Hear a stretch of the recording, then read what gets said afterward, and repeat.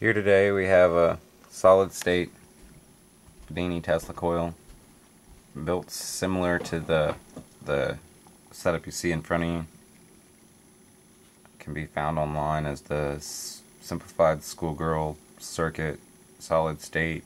There's some combination of those words. Solid state generator, solid state bedini generator. And just pick a number of those words. Solid state energizer, bedini. Just pick a number of those words and you can find it. Anyway, there's the coil itself. It's a 14 transistor setup. Would be 15, but I haven't replaced the bad one yet. 14 wire setup with a trigger transistor screwed to some aluminum to keep any of the heat down from switching on and off high speeds. The only difference between this setup that I have here and my own is where these resistors are. I have those accurate, and I have these at 1,000 ohms.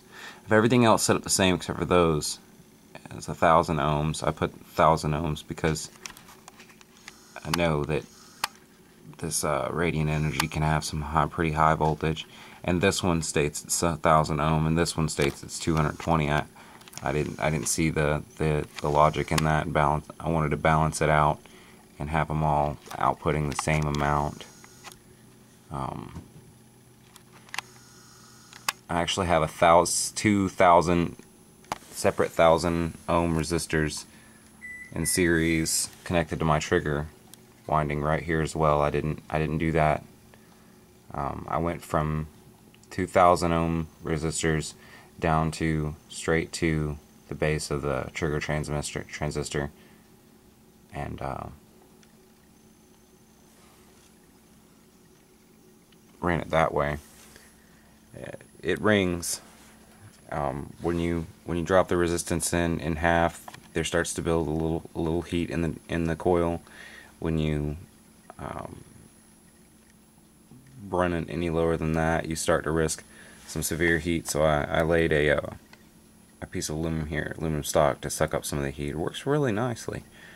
Keeps it down without melting the coil. But anyway, here's what we're really interested in. We're interested in the voltage readings of the two batteries. Now I got it set on DC. We're going to clamp our wires together here. Oh, excuse me, I have a kind of a dumb connection there. Here we go. My hot and my negative plugged in. And here we have 1252. That's from a 12 volt. I believe it says 12 amp hour on there.